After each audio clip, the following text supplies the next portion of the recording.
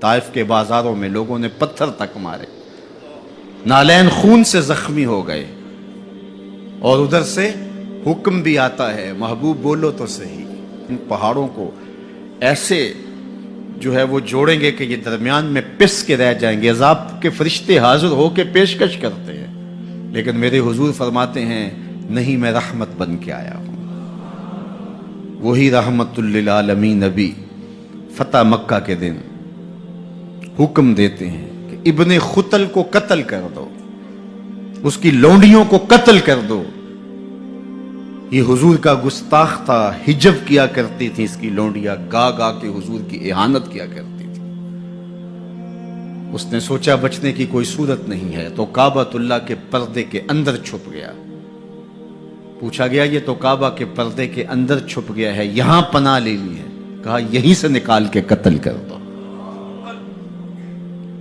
یہ میرے نبی کا اختیار ہے، حضور چاہیں تو معاف کر دیں، حضور چاہیں تو حکم صادر کریں کہ ان پر حد جاری کر دی جائے، ان کو سزا دی جائے۔ اس لیے ہمارے اوپر لازم ہے کہ جس کا جرم ثابت ہو جائے اس کو قرار واقعی سزا دی جائے۔ ایک تو بات یہ ہوئی کہ جو عمومی طور پہ مختلف جگہوں پہ بیٹھ کے یہ چیختے ہیں کہ حضور نے تو معاف کر دیا، تو آپ معاف کیوں نہیں کرتے؟ آپ اتنے سخت کیوں ہو گئے ہیں؟ آپ حضور کے ماننے والے نہیں ہیں؟ تو میں نے کہا صاحب یہ سنت اختیار کیجئے، اپنے دشمنوں کو معاف کر دیجئے، باقی کسی کے دشمنوں کو معاف کرنے کا آپ حق تو نہیں رکھتے۔ میں اس معاشرے کا ایک معزز شہری ہوں، توہین عدالت کر دی کسی نے تو مجھے اختیار دو نا کہ میں معاف کر دوں۔ کیا تم مجھے اس بات کا اختیار دیتے ہو کہ آپ کی عدالت کی توہین ہوئی اور میں اس کو معاف کر دوں؟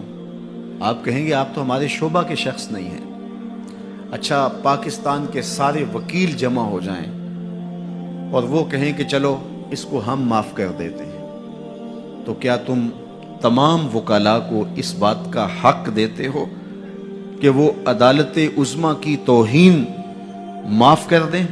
یار جب توہین عدالت کی معافی آپ نے میرے اختیار میں نہیں دی تو رسول اللہ کی اہانت کی معافی کسی نے تمہارے اختیار میں بھی نہیں دی۔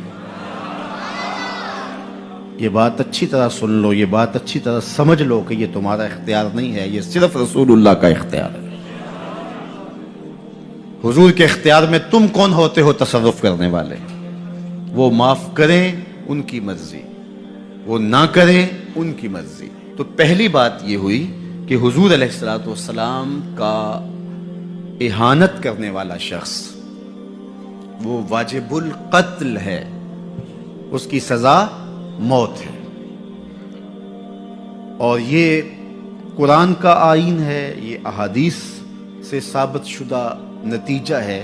پاکستان کا آئین، پاکستان کا دستور یہ بتاتا ہے، 295 میں بھی ساری بحث کے بعد یہ قانون بنا تھا کہ جو شخص حضور کی اہانت کرے وہ واجب القتل ہے، اس کو سزائے موت دی جائے گی، اس کو پھانسی پہ چڑھایا جائے گا۔